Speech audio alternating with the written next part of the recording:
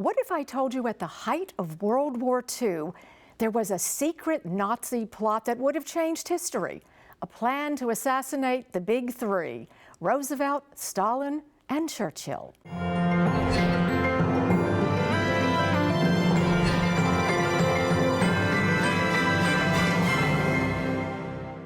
Welcome to Between the Covers. #1 New York Times bestselling author Brad Meltzer is here. And you know he writes page-turning thrillers, but he also writes nonfiction.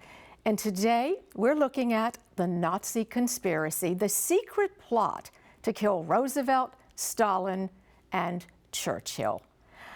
I am so glad you are here. Isn't it nice to be back in person again? I think one of the last interviews I did was with you in 2020, and then we all went away, and now we get to finally be back again. And I am so glad you were our first one. So welcome, welcome back. I can't wait to talk about this book. First of all, there are these heart-pounding scenes, there's intrigue, there are body doubles. Yeah, it sounds like a Brad Meltzer novel, but it's not a novel because this is true. So if we can set the stage a little bit, because what really got me started on this, the planning that was involved to get these three giants together for this meeting. Tell me a little bit about that. Yeah, so you have a moment where you see we're in Tehran, Iran, we're in 1943 in January, and there's the presidential motorcade is going through the street, and everyone's looking to see the president, everyone's waving, and there's a man who's waving back, but that's not the president at all. The real president of the United States, obviously FDR, Franklin Delano Roosevelt, is in a different car. Not in a motorcade at all. He's in a beat-up car with a Jeep in front of him speeding through the back alleys of the street. And what they're doing is trying to hide him and get him to the Russian embassy so they can have a meeting of the big three, of Winston Churchill, of FDR, and of Joseph Stalin. And this is how the plan is taking place. I just ruined chapter 1 of the Nazi conspiracy for you, but that's chapter 1. And what you see is the big three has never gotten together. They've never been together all in one room to make their plans together. And what the Nazi conspiracy is about is a Nazi plot to kill them as they all finally get together for the very first time in 1943. That is a chilling sentence. There are things in this book that make your hair stand on end. Some of us. Yeah. But there's one thing that, and this is just a little side thing. Churchill, not Churchill, but FDR, this was the second time, I guess, he'd flown by plane, correct? Yeah, well, that's the thing is, we think today if you want to put the leaders together, it's so easy to do. Back then, it was so much harder. I mean, travel was by train for the most part. You really didn't even go by car. FDR to get there takes part of the trip is by boat. He's on a big giant U-boat.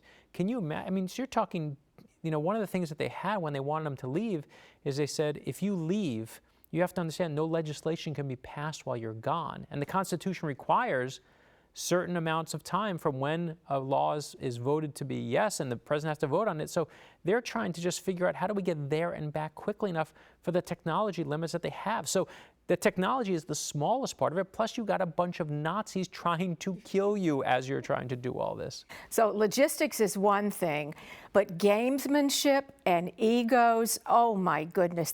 And this is just one little part that there was a message that Roosevelt wanted to get to Stalin. And I believe he's asking Joseph Davies to hand deliver this message, totally cutting out Churchill. So who do you trust? Well, that's what kind of caught me off guard. I found this story a number of years ago, and I remember thinking, wait, there's a secret plot by Nazis to kill FDR and Churchill and Stalin at the height of World War II. That's just interesting on its own.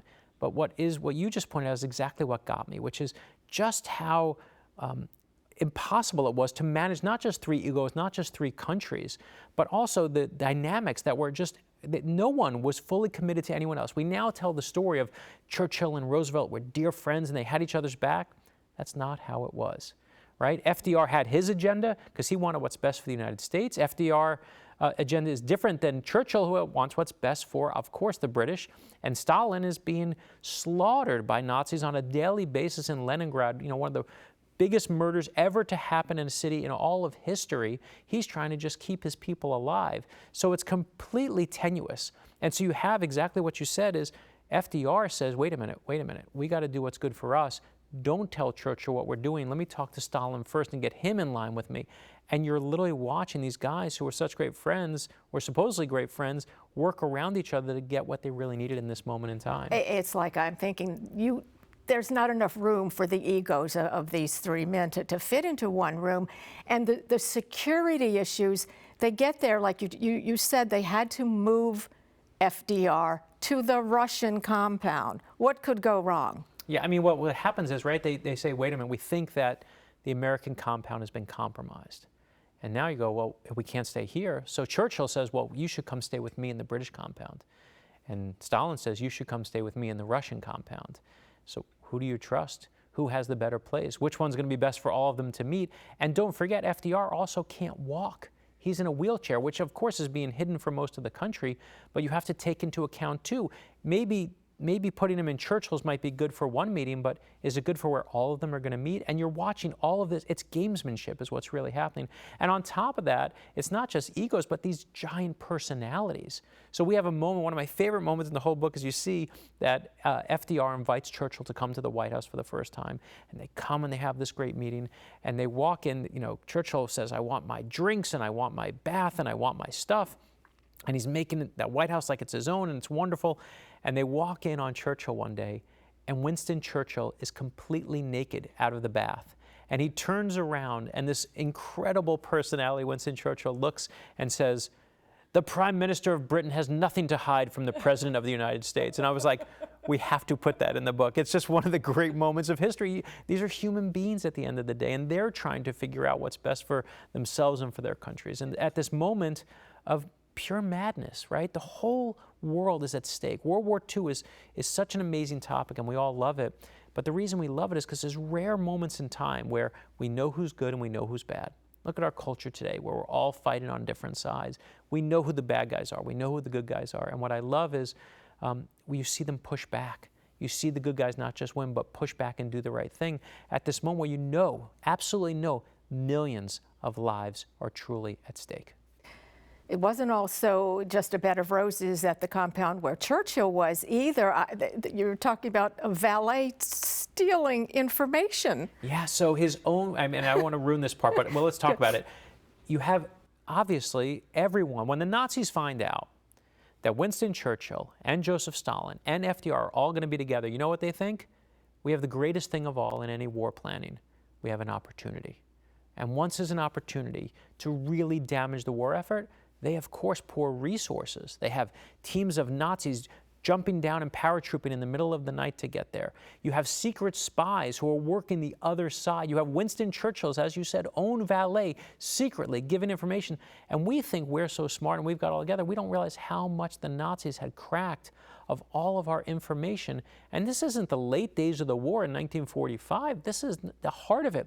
We're in 1943, and even 1942, they've got all of our information, and it keeps going. So we don't even realize how much trouble we're really in at this moment in time.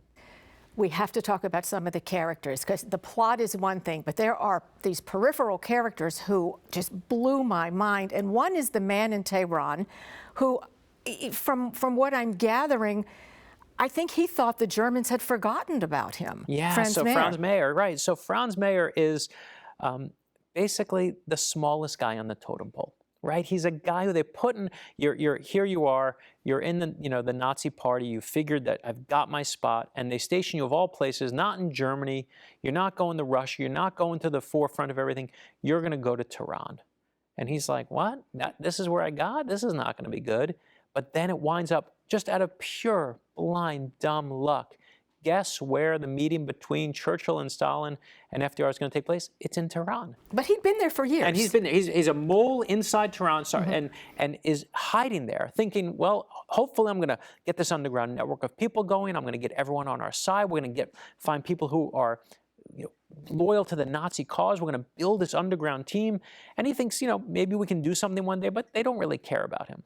He finds out they really don't care about him until that moment where he finds out that the big three are meeting in Tehran. And now Franz Mayer becomes the heart of potentially one of the most important secret missions in World War II history, and no one knows about it.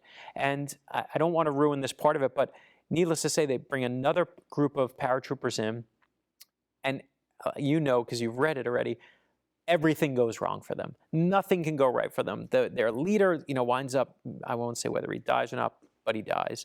And over and over, it just goes south. And all this is happening while simultaneously Hitler has his own plans, and we should talk about those characters too, that are going to come from the other side. And to me, all these people are lost to history. I didn't know about any of them when I started this project, but you just see, again, my core belief that it's these ordinary stories that become the most fascinating. And for readers, they have to read this part because they have to read about Lily, his girlfriend. That's my favorite part. What is it with spies and girlfriends? And they're always spilling secrets. I deal with a lot of people in the CIA and the FBI and Secret Service, all these organizations, when I write my thrillers. And they always tell me there's only 3 reasons why someone switches sides, right? It's sex, it's money, and it's power. And I always think, I've heard that a million times. It's so cliche, it can't be true. I've heard it a million times. And then I read in this story, of course, Franz Mayer, how do they figure out what's really going on? Is he's got a girlfriend. And once you got a girlfriend, you got someone who knows your stuff that shouldn't know your stuff. And again, I won't ruin this part of it, but when you find out how they find this girlfriend, through the most mundane, silly moment, and the whole thing comes apart by just this. But think what I love, Anne, is that if this moment goes the other way, all of history changes. Right? If everything goes right for these guys, all of history changes. But it comes down to, of all things, whose dentist you're using and who you're related to. We're going to leave that one right there. And I want to get to who I found the most heinous, brutal man in this story, Otto, is it Skorzeny? Handpicked by Hitler for this really dangerous mission with a glider. Tell me as much or as little as you want about this. No, this is the one I want to talk about. He's by far the most interesting character in the book that you don't know of, beyond Churchill, beyond Hitler himself, beyond FDR, is a man named Otto Skorzeny. And Otto Skorzeny, Hitler brings all of his special forces, his best soldiers, his best fighters, brings them all to the Wolf Slayer, his headquarters, of course. And he says he lines them all up in a row and asks them one question. Okay, he's trying to figure out who's the best. And he says, what do you think of Italy?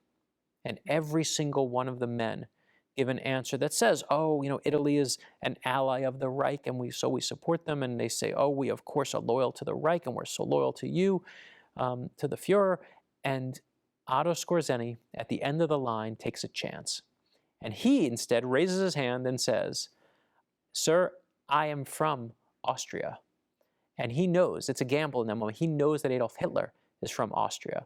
And what no one in the line realizes is that during the First World War, is that Italy got a key piece of Austria that the Austrians are forever angry and hold a grudge over. And he takes a gamble to say, you know what, I'm just like you, right? He says this right to Hitler's face, and in that moment, Hitler finds his man and puts Skorzeny on a secret mission to end all secret missions. You know it, Anne, this incredible moment to rescue Mussolini. It's the most amazing scene in the book where Skorzeny, the hand picked by Hitler himself, gets hang gliders, fills them with 9 other Nazi troops, and they parachute down and crash land. Don't even parachute down, I said crash land their gliders on the top of a mountain to rescue Mussolini. I won't say what happens at the end, but you will not believe when Nazis are falling from the sky in this secret mission to end all secret missions. In gliders. In gliders of all things. And they say you can't land on a runway. You're not allowed to land on the runway. So they say, you know what? Then we'll crash land. Everyone hold tight. And I remember when my wife read that scene, she was like, this is the best scene of the book. She's like, this is where the Nazi conspiracy, because we know the stories of Adolf Hitler and FDR and Churchill. But you never know all these other missions that were happening that changed all of history the way they played out. You never knew what happened when Mussolini gets captured. You never know those things are just footnotes. But I love footnotes, and so I love bringing these things to life. That's what you're so good at. But what kills me at the end of this man, this really happened. We find him years later after the war. You can't say what happened to him. You can't say you do, but that moment, let's talk about it. That moment is so spectacular, Because of course the question we had, Josh mentioned we work on these books together, and he worked on us when we did our History Channel shows, and he's an award-winning documentarian. We had to research this book. We didn't obviously just have to go to the archives of the United States and Britain, but we had to go to archives in Germany, and we had to get a Russian translator to translate what happened in Russian back then. And so we're using all these, and the things that were most interesting to us was, again, we've heard the stories from the American perspective. We've heard the stories from the British perspective. But now you're going to hear what the Nazis were seeing. And now you're going to hear what the Russians were seeing. And it was very different than what we were seeing. And when you see what happens to Otto Skorzeny in the end, it's one of the best endings for any character in the book. It's mind-blowing to me. It is mind-blowing. Leave it there, because that, exactly. I have nothing else to say about that.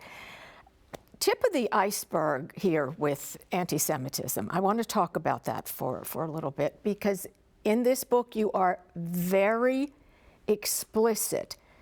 The Nazi meetings, when they are coming up with the final solution, people are not questioning this plan. Yeah, no, and for me, listen, I'm Jewish. I'm writing about the Nazis. And I know all of us have seen that story so often, some of us, right? I mean, I grew up with that story. So how do we present it in a way you've never seen it before? And for me, I brought a scene to read from the book, because what caught me off guard when we were working on the Nazi conspiracy was just how mundane it all was. We always want to blame the story on Adolf Hitler, and Adolf Hitler did this, and there were a couple bad guys that followed him. It'll never happen again. But we show you the moment at the Wannsee conference where it's truly just a government bureaucratic meeting. They might as well have been deciding how many tomatoes to grow that year, but instead they're talking about Jewish lives. And the little part I brought to read, because it's such a staggering moment, is this is the moment where Heydrich, who convenes the meeting, takes charge of the meeting. And in his opening presentation, he reads a prepared paper outlining in dry bureaucratic language a program by which every Jewish population in Europe should be first exploited as slave labor and then simply murdered. And this is what he says. In the course of the final solution, the Jews are to be allocated for appropriate labor in the East. Able-bodied Jews separated according to sex will be taken in large work columns to these areas to work on roads, in the course of which action doubtless a large portion will be eliminated by natural causes. The final remnant will, since it will undoubtedly consist of the most resistant portion, have to be treated accordingly, because it is the product of natural selection and would, if released, act as the seed of a new Jewish revival.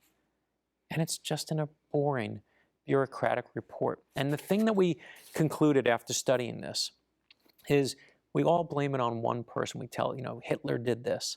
But it starts as a political party. That hatred spreads to an entire country.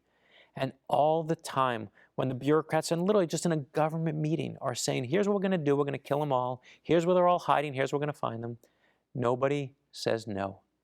Nobody says no. And the reason we do these books, it's not just to tell a story of the past, but it's to inform us in the present. And as we see authoritarianism rising once again, whether it's in Russia and the Ukraine, or whether it's here in our own country, it's back again. And we always look at the Holocaust and say, never again. But it's only never again if you don't learn the lessons from it. I think it was 1941, excuse me.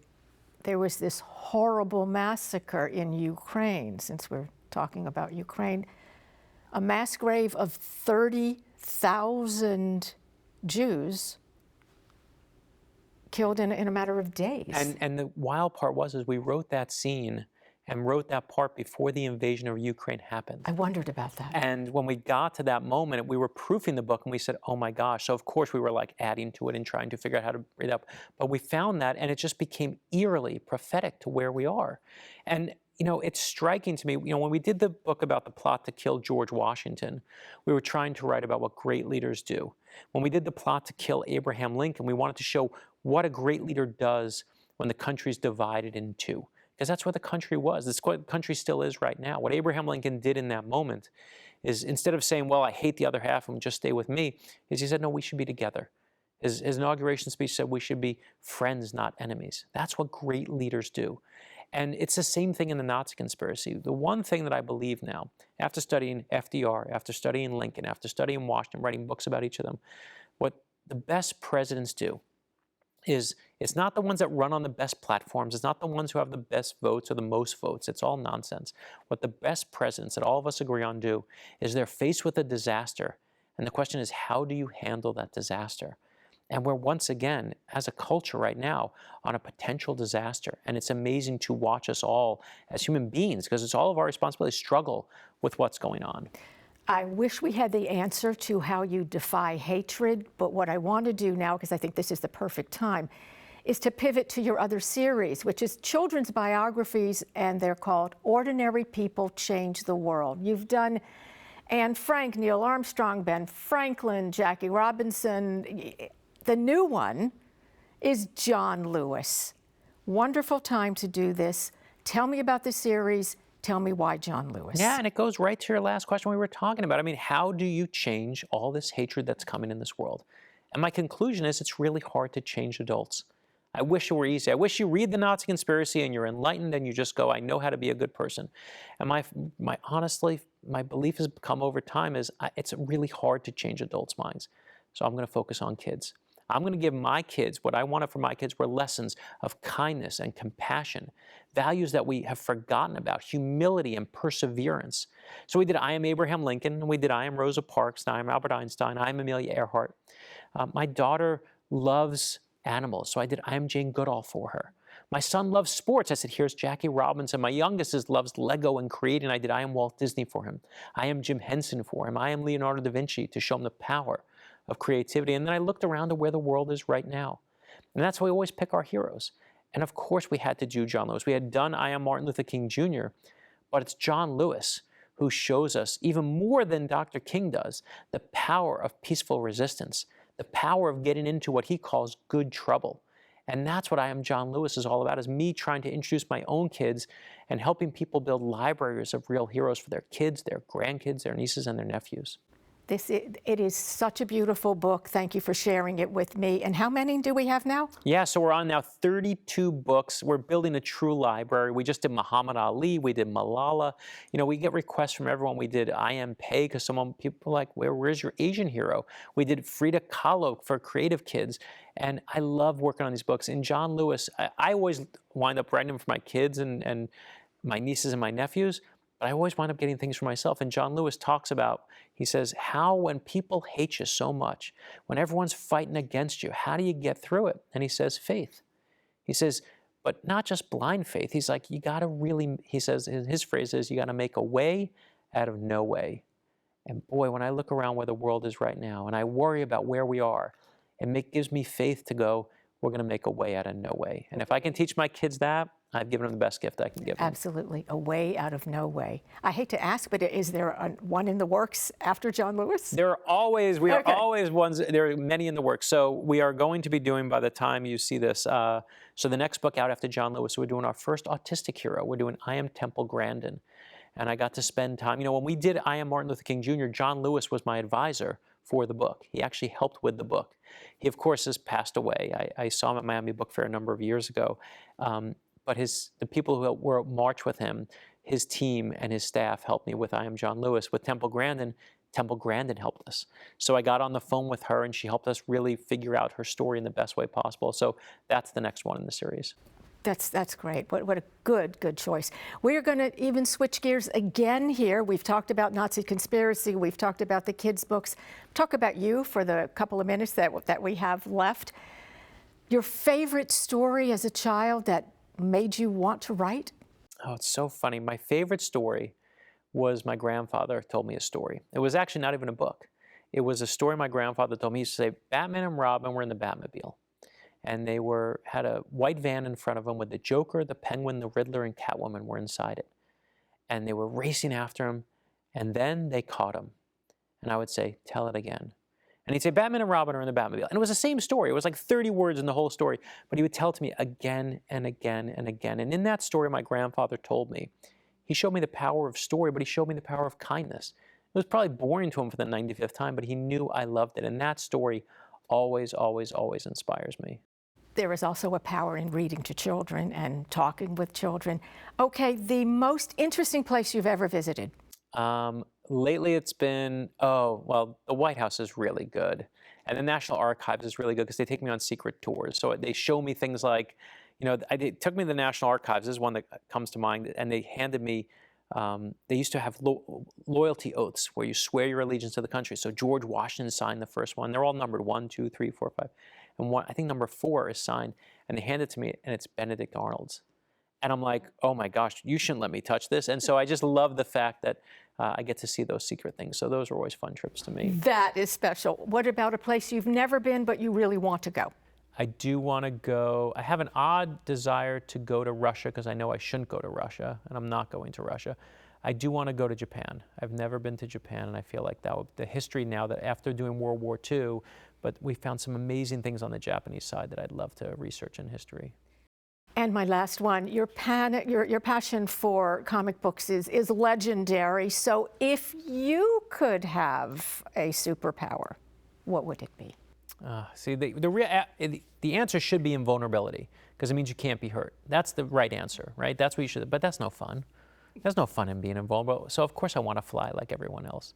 And to me, we argue that point at our dinner table all the time, but I'll still say fly. Flying. I like it. Brad Meltzer, I have known you for years. It is always a treat to talk with you. I want to thank you so much for being here because every time you always make me smarter. Thank you. Thank you, Ann. I'm Ann Bocock. Please join us on the next Between the Covers.